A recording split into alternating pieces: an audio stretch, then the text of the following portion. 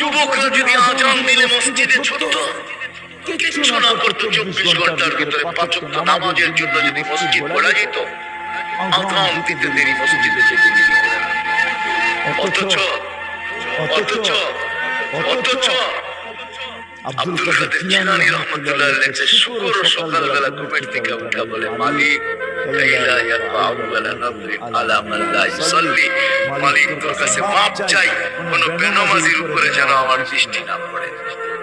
আপনি বলবেন আমাদের এখানে তো শুকরই নাই, অসুবিধা কি নামাজ না পড়লে? আপনি মনে হয় বোঝেন না, ঠিক না? যদি বুঝতেন, প্রত্যেক বেনামাজি শুকরের চোখে তার যে নির্দিষ্ট সে ভাবে, নাইলে সে কেন এই কথা বলবে যে আমার দৃষ্টিটা যেন কোনো বেনামাজির উপরে না পড়ে? আল্লাহ ডাকে 5 ওয়াক্ত নামাজের জন্য 24 ঘন্টায় মাত্র আধা ঘন্টা